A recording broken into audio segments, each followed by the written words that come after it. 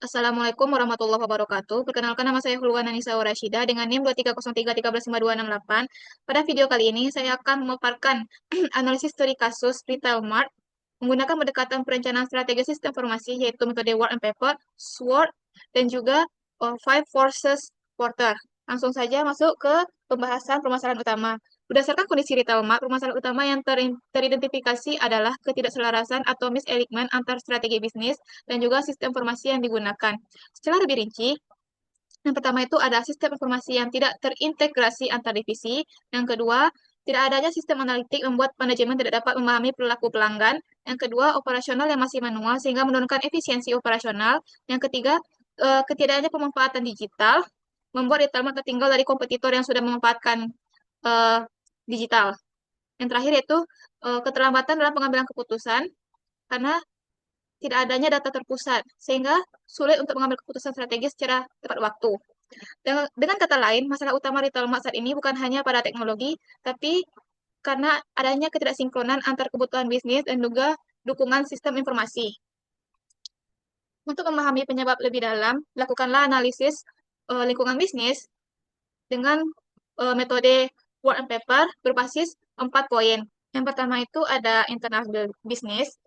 Strategi bisnis retail masa ini masih berfokus pada retail konvensional dan belum mampu beradaptasi dengan perkembangan digital. Proses bisnis yang berjalan juga masih banyak dilakukan secara manual dan terpisah antar divisi, sehingga kurang efisien. Selain itu, meskipun retail memiliki sumber daya berupa jaringan toko fisik dan berbasis pelanggan, pemanfaatannya belum optimal karena tidak didukung oleh pengelolaan yang baik.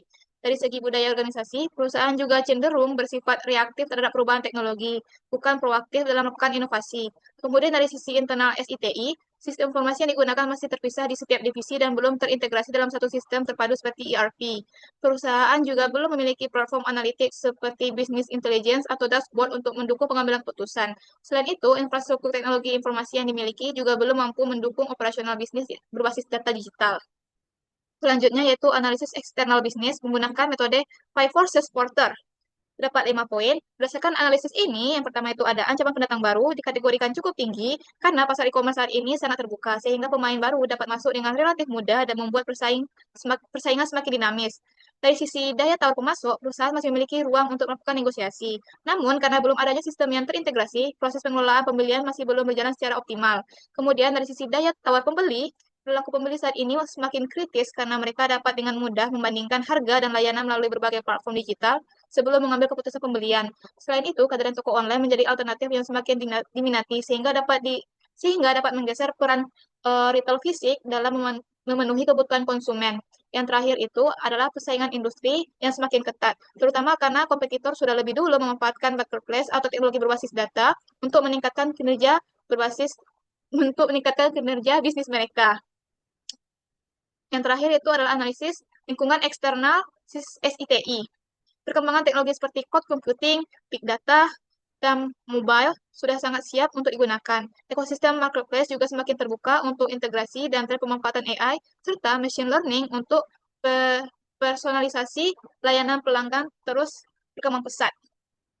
Kemudian ada analisis SWOT. Berdasarkan kondisi retail masa ini, eh, dapat dijabarkan sebagai berikut. Yang pertama itu ada strength atau kekuatan. Retail memiliki jaringan toko fisik yang luas dan basis pelanggan yang sudah ada.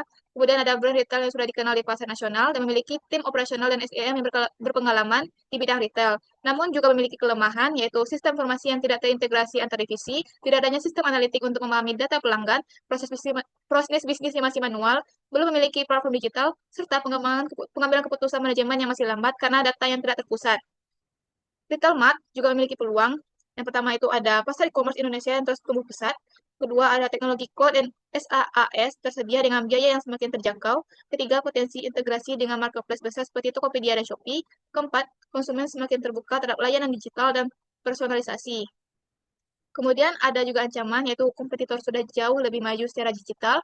Loyalitas pelanggan menurun karena kemudahan berpindah ke platform lain.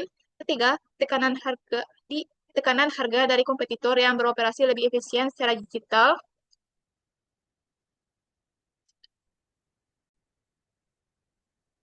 Yang terakhir yaitu ada ancaman keamanan data jika transformasi digital tidak bisa dilakukan dengan baik. Berdasarkan analisis SWOT tadi, posisi Retail Mart dalam matriks SWOT berada pada kuadran ketiga atau turnaround, yang artinya perusahaan saat ini memiliki peluang eksternal yang cukup besar terutama pada perkembangan teknologi dan pasar digital. Namun di sisi lain masih memiliki beberapa kelemahan internal, seperti sistem yang belum terintegrasi, proses yang masih manual, dan belum adanya data pemanfaatan data. Oleh karena itu, fokus utama yang harus dilakukan bukan langsung melakukan ekspansi besar-besaran, tapi memperbaiki kondisi internal terlebih dahulu, khususnya pada sistem informasi dan proses bisnis. Eh, Kemudian, kesenjangan ini diperjelas melalui gap analisis antar kebutuhan bisnis dan juga kondisi sistem saat ini. Perusahaan membutuhkan pengambilan keputusan berbasis data, namun data masih tersebar atau tidak ada data terpusat. Perusahaan juga ingin memberikan pelayanan yang personal, tapi belum memiliki sistem CRM yang dapat menganalisis kebutuhan pelanggan. Kemudian efisiensi operasional masih terhambat karena operasi masih berbasis manual. Dan selanjutnya, penjualan masih terbatas pada toko fisik tanpa ada dukungan kanal digital. Dan yang terakhir, manajemen stok secara retail tidak bisa dilakukan karena sistem gudang masih terpisah dari penjualan. Berdasarkan seluruh analisis tersebut, maka dirumuskan strategi SITI. eh, Yang pertama itu adalah strategi bisnis. Perusahaan perlu mengimplementasi sistem ERP untuk mengintegrasi seluruh divisi, serta membangun sistem CRM untuk memahami kebutuhan pelanggan. Selain itu, jika memungkinkan, lakukan pengembangan platform e-commerce dan juga mobile apps. Kemudian dari sisi teknologi, perusahaan perlu beralih ke cloud computing, mengimplementasi business intelligence untuk analisis data, serta melakukan integrasi dengan marketplace seperti Tokopedia atau Shopee. Dan yang terakhir itu adalah dari sisi manajemen, perlu dibentuknya tata kelola TI yang jelas, kemudian meningkatkan kompetensi SDM, dan terakhir terapkan monitoring dan juga evaluasi data yang berkala. Agar implementasi ini berjalan dengan efektif, strategi ini disusun dalam roadmap prioritas. Prioritas implementasi dikategorikan dalam tiga. Yang pertama itu ada prioritas tinggi, kedua prioritas sedang, dan ketiga pendukung. Pada prioritas tinggi, terdapat tiga sistem yang harus implementasi terlebih dahulu, yaitu ERP terintegrasi yang menghubungkan divisi penjual, gudang, dan keuangan. Kemudian ada sistem POS real-time serta platform e-commerce. Ketiga sistem ini menjadi fondasi utama karena paling kritis terhadap operasional bisnis retail mart secara langsung. Yang kedua itu prioritas sedang. Pada tingkat ini, terdapat dua inisiatif yang dapat dikembangkan setelah fondasi pertama terbangun, yaitu BI dan dashboard analitik untuk mendukung pengambilan keputusan manajemen berbasis data, serta CRM dan analisis sistem analitik pelanggan untuk memahami perilaku dan meningkatkan loyalitas pelanggan. Dan yang terakhir bersifat pendukung, yaitu penerapan sistem payroll dan administrasi internal. Selanjutnya, peran strategi SI dalam daya saing.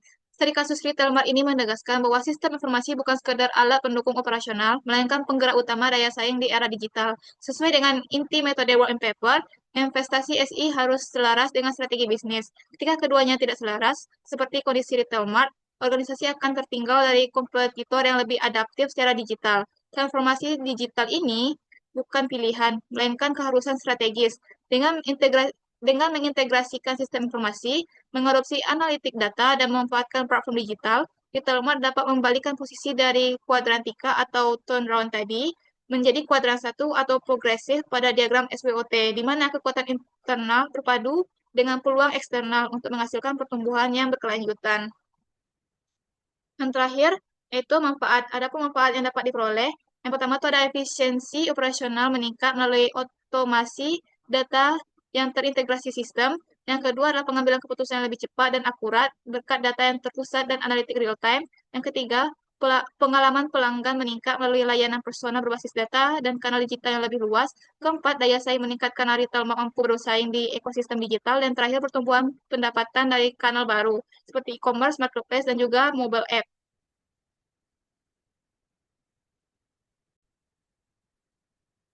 Sebagai penutup, studi kasus ini menunjukkan bahwa sistem informasi bukan lagi sekedar alat pendukung, tapi menjadi faktor utama dalam menentukan daya saing perusahaan.